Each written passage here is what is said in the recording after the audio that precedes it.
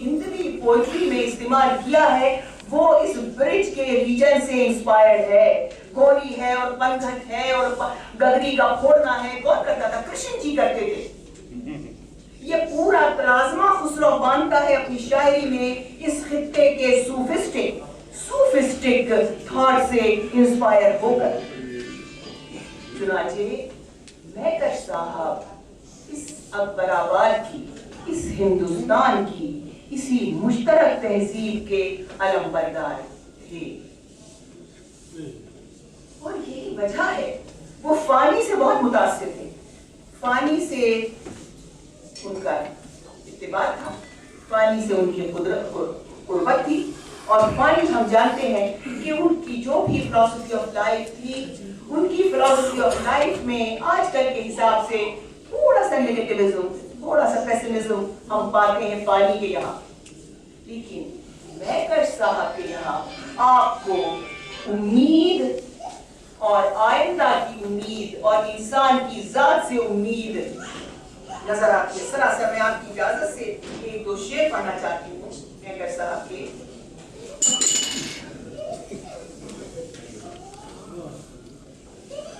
राह का संग है एक संग के गिरा तेरे लिए, राह का संग है एक संग के गिरा तेरे लिए, मुझको ये संग भी मंजिल का निशान लगता है, मुझको ये संग भी मंजिल का निशान लगता है। जितनी दुश्वारियां आती रहें, आती हैं और क़याम क़यामत आती रहेंगी, जब तक इंसान इस दुनिया में है तब तक दुश्वारियां आती ही रहेंगी। इलेक्शंस भी होते रहेंगे, जीतें भी होती रहेंगी, हारें भी होती रहेंगी, मुश्किलें भी आती रहेंगी, उन पर काबू भी पाया जाता रहेगा, लेकिन एक उम्मीद का दामन है जो इंसान को कभी हाथ से नहीं छोड़ना चाहिए। चुनाचे मैकश ने कुछ ज़माने को बड़ा मखदूश ज़माना था वो। That was a typically transitory period in India. वो एक पूरी दौर था। 1902 की पैदाइश है मैकश अकबराबादी साहब की।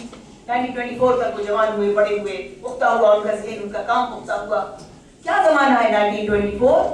हिंदुस्तान अपनी आज़ादी के लिए जूझ रहा है, हिंदुस्तान अपने को आज़ाद कराने के लिए जूझ रहा है, अपने हक को मनवाने के लिए जूझ रहा है।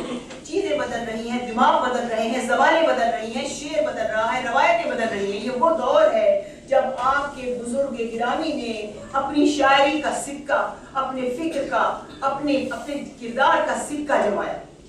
ये वो दौर है, ये बड़ा डिफिकल्ट दौर था, ये बड़ा डिफिकल्ट दौर था। एक और दौर भी गुजरा था जिससे गालिब गुजरे थे, 1857 का दौर था जिससे वो गुजरे थे, और ये दौर जिससे मैकश गुजरे हैं ये उस दौर से भी गालिबन बदतर दौर था जिसका अंजाम बखैर हुआ और हमको आजादी मिली। लेकिन मैकश उस तमाम अंधेरे में कहते हैं राह का संग है एक संग गिरा तेरे लिए, मुझको ये संग भी मंजिल का निशान लगता है। मेरी नजरों में है ये अब्रे बहारी का सफर, मेरी नजरों में है ये अब्रे बहारी का सफर, तुझको छाया हुआ गुलशन पर धुआं लगता है। आजकल भी हम लोग ये शेर पढ़े तो कुछ बुरा नहीं है। रोज आ जाती है शब, अंधेरा और फिर उजाला, रोज आ जाती है शब वादे फरदा लेकर। आज अंधेरा है, रात हो गई है, लेकिन कल की सुबह है, सुबह की रोशनी है।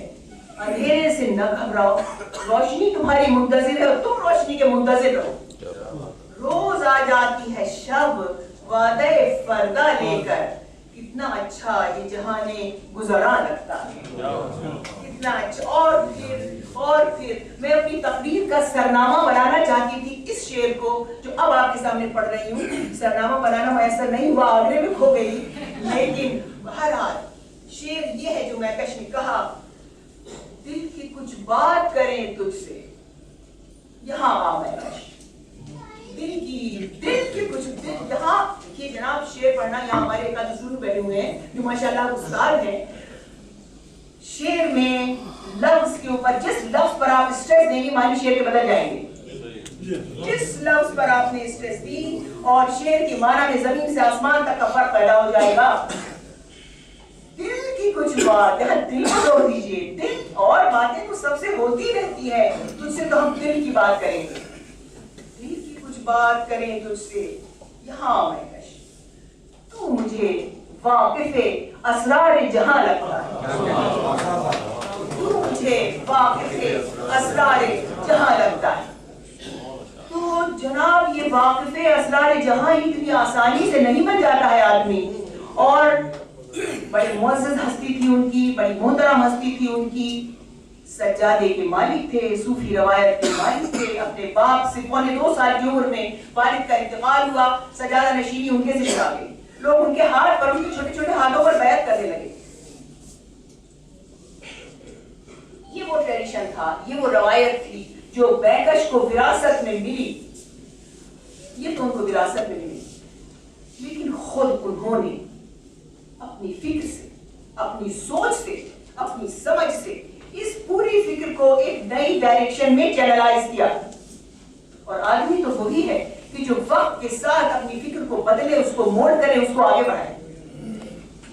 चुनाचे उन्होंने अपनी फिक्र को मोड़ किया, अपनी फिक्र को आगे बढ़ाया। और मैं एक और कोटेशन पढ़ना चाहती हूँ आपकी इजाजत से, जो एक इंतहाई अहम बात मैं मानती हूँ जो उन्होंने कही। और ये नसीम बीवी ने मुझे फोटोकॉपी करके भेजी, मैंने गड़बड़ न करती हो तो कहीं। वो उन्होंने ये कहा, बहरहाल मुझे वो इख्तिबास मिले या ना मिले इस वक्त, लेकिन उन्होंने ये कहा कि